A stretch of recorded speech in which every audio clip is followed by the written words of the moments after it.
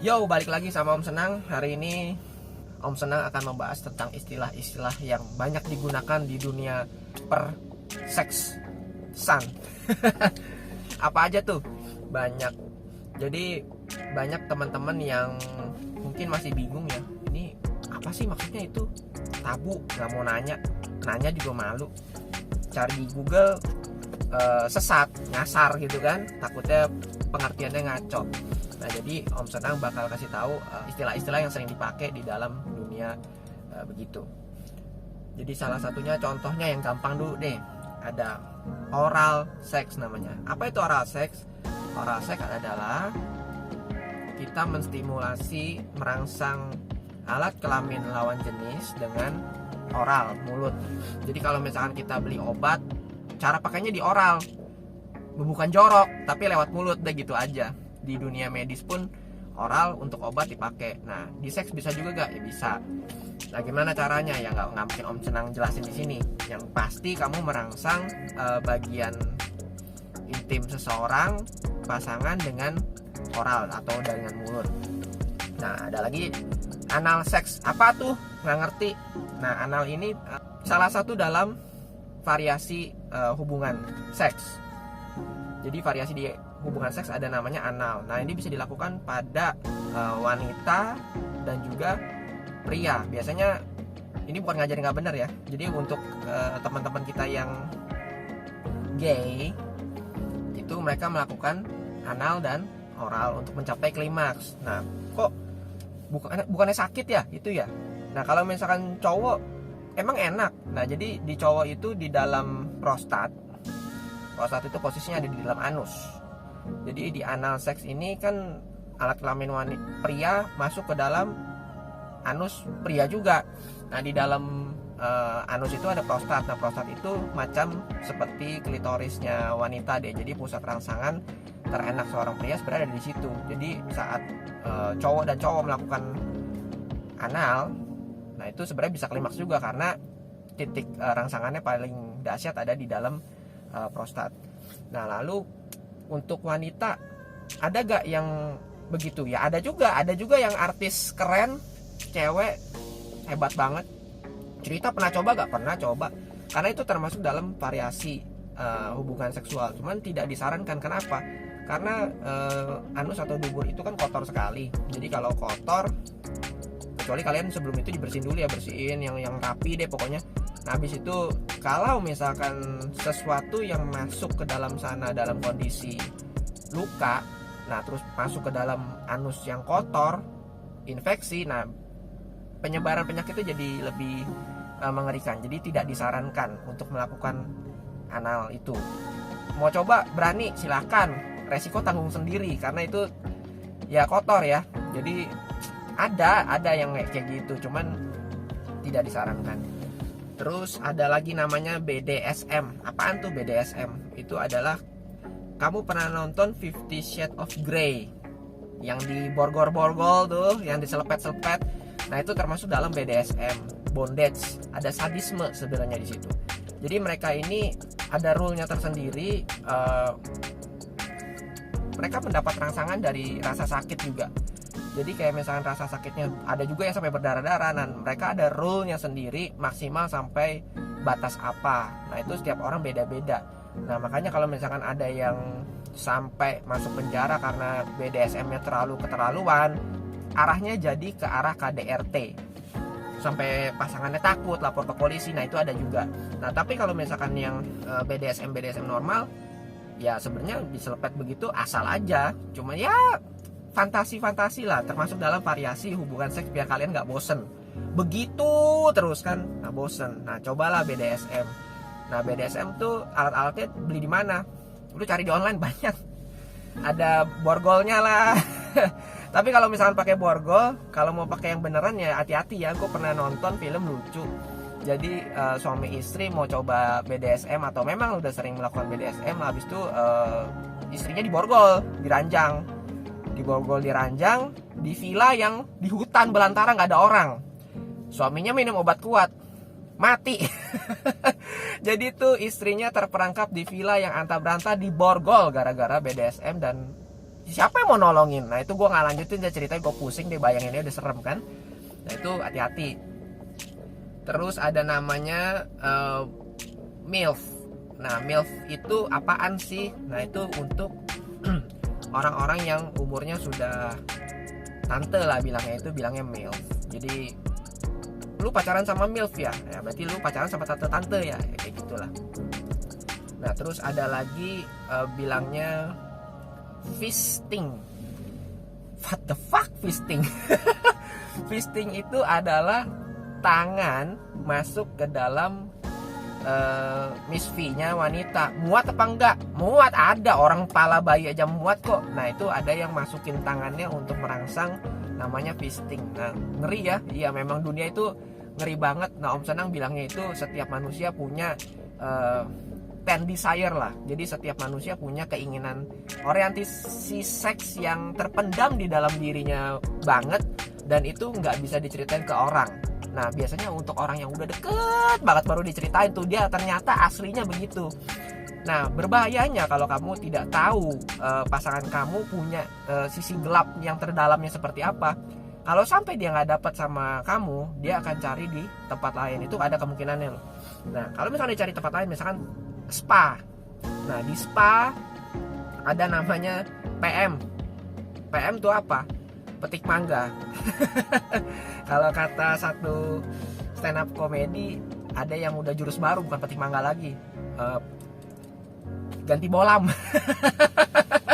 Lucu banget tuh sumpah.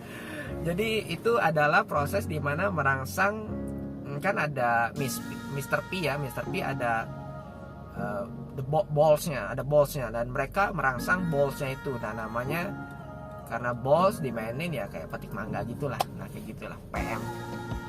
Nah di sana juga ada namanya DC. DC itu apa? Damage cost. Damage cost. Jadi kalau orang mau main spa, biasanya tuh dia ada paket-paketnya. Ada yang pijit doang, misalkan 500.000. Habis itu kalau pijit dengan oral berapa? 600.000 misalkan. Ada pijit oral terus ada PM misalkan jadi 700.000. Nah nanti kalau misalkan sama mau semuanya udah all in sampai making love segala macam, ya itu jadi 1 juta. Nah itu gitu lah. Jadi damage costnya kalau kamu full package 1 juta misalkan kayak gitu. Nah Om Senang kasih tahu nih. Kalau misalkan kamu punya pasangan cowok, punya hobinya urusin mobil, ganti pelek segala macam. Oh dia demen foto, beli alat-alat kameramen, atau dia demen main game, beli duit game terus. Gua saranin mending kasih deh. Mendingan duitnya habis ke hobi yang di siang hari, daripada hobinya lu nggak kasih. Ini rese nih cowok gue nih main game melulu, buang-buang duit di game. Mendingan dia buang duit di game daripada dia buang duit di spa. Hati-hati, soalnya takutnya banyak cowok pasangan mau yang kalian pacaran atau yang sudah married pun sebenarnya Johnny lo kenal Johnny lah. Ntar gue kasih lihat fotonya si Johnny ini kalau udah mau ribet. Jadi kalau misalkan ada pengalihan yang bisa membuat dia tidak mengamuk, dan misalkan dia demen balapan atau apalah, demen foto, tapi Johnny-nya jadi anteng, ya mendingan begitu. Kalau dia mau, Johnny, dia pasti jajan untuk tidur, dia harus jinak. Nah jajannya ini kalau one night stand itu mendingan daripada yang pakai hati, pakai baper. Yang bisa merusak hubungan itu adalah yang baper. Nah itu yang bahaya. Tapi kalau misalkan dia cuman pergi jajan pulang, resikonya cuma satu, bawa penyakit, udah gitu aja. Tapi kalau misalkan dia yang baper, itu yang bisa merusak hubungan kalian. Nah itu hati-hati. Nah gimana caranya supaya suami kalian juga nggak jajan-jajan? Nah ini istilah-istilah kayak begini, variasi seks itu kalian harus tahu semua. Jadi kalau misalkan kalian di rumah sudah pro sekali, ini tahu, itu tahu, suami kamu juga gila ini bini gue jadi jago banget. Nah dia mau ngapain jajan di luar, orang di rumah bini gue udah jago banget gitu loh. Nah cuman dari semua kayak BDSM tadi, fisting lah segala macam, oral, anal, itu belum tentu semua wanita mau melakukan hal itu.